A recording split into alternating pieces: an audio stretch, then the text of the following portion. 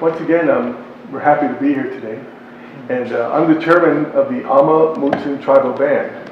And our tribe is comprised of those who were taken to the San Juan Bautista mission, which is near the town of Hollister, which is about 60 miles south of San Francisco, and also at Santa Cruz. The Indians they were taken to the mission there at Santa Cruz.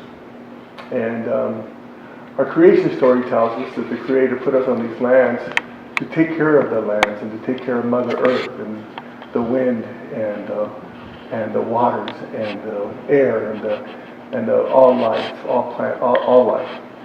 And for thousands of years, our people did that.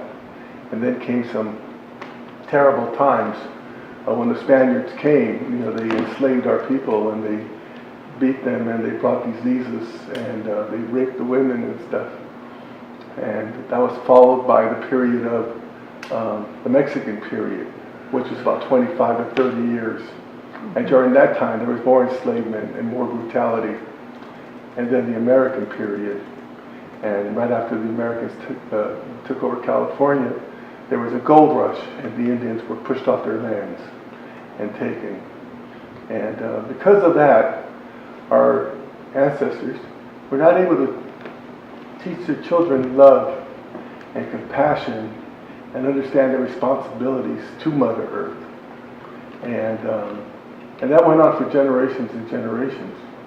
And now we're trying to restore the healing that's necessary for our members to once again give back to fulfill the obligation that the Creator gave us of taking care of Mother Earth and all life, and at the same time to teach the public and stuff like that to respect their lands the way that our people did.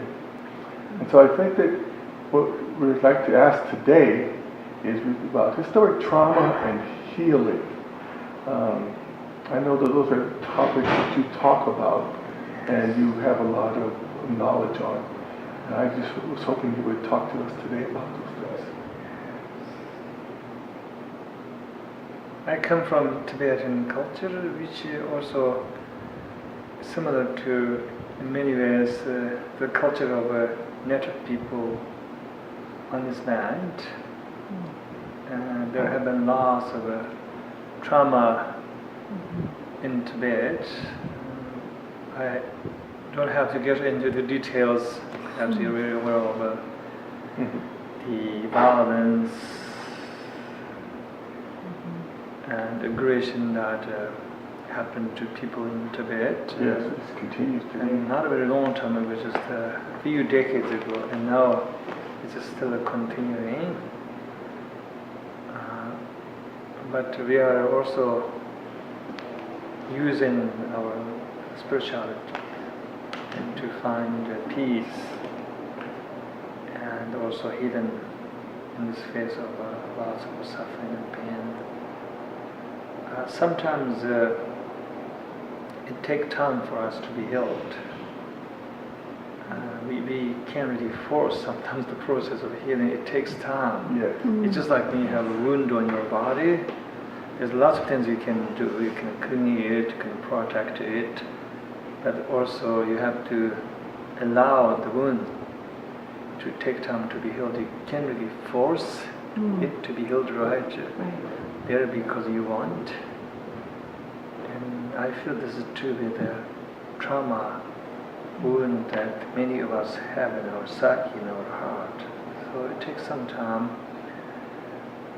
In Tibet, this whole trauma, this whole violence happened maybe 60 years ago, and it still is continuing, but there's also healing happening too, which is very amazing. In the history of the North America, and the trauma happened a while ago, but I believe it takes very long time to be healed. When you go to Europe, there are lots of conflict between nations and the ethnic groups because they couldn't heal the trauma. Trauma happened through war, genocide. In the past, they couldn't really figure out how to heal that trauma, and trauma is still strong, and usually when you can't heal the trauma, it manifests in the form of resentment, hatred, ill will, and then we want revenge, and we feel there is a big division between us versus them, and then the division never ends, and then the pain continues. Whereas there's so much wisdom and beautiful teachings in the tradition of native people in this land, I believe that you have everything you need, all the means. Your tradition is very rich, the shamanic tradition. It's a very beautiful tradition. I had the chance to be around many Native Americans in my life, and I learned that they're very visionary, evolved people, and your spirituality is very profound.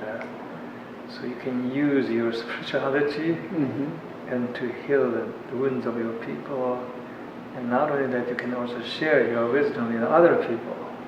Yes. Other people, and teach them how to heal their own trauma too. Because when we are traumatized, it's not like the victim is traumatized. Actually, the perpetrator is also traumatized too. They don't know that. And we have this notion sometimes, the victims will suffer, but perpetrators, they will suffer out of conscience, even though they're not aware of that. There's some kind of conscience that never leaves them. When I go to Germany, these young people have nothing to do with their parents, what they have done, but still there's guilt everywhere. In Germany, I go there, I feel there's a guilt everywhere among the young people.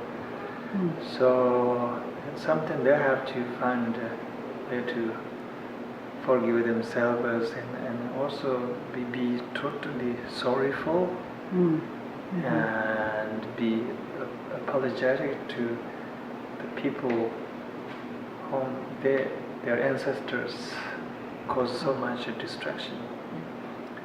And I think dialogue is very important right now between the Native Americans and other racial groups, and I think the whole healing comes from not being silent, but breaking the silence and start talking about history, what has happened. People have to acknowledge what has happened, otherwise healing may never happen. It's just trauma, anger, guilt, it's always continues in our collective consciousness as some kind of unseen poison. And for our people too, it manifests itself with alcoholism, drug addiction, abuse of others, just horrible things they do to each other and to themselves, and out of their pain. Out of their pain. Trying to treat their pain. Culture, we are not always kind towards each other. No. And the ancestors, our elders, they say that we have to get back on the path that our ancestors followed, That's what we're working on, and that's why we asked Donna, who's a psychiatrist, to work with our tribe. And we're trying to go down that path, and we understand it will take time, generations. But at least we start the work and we continue to work. And then it will grow.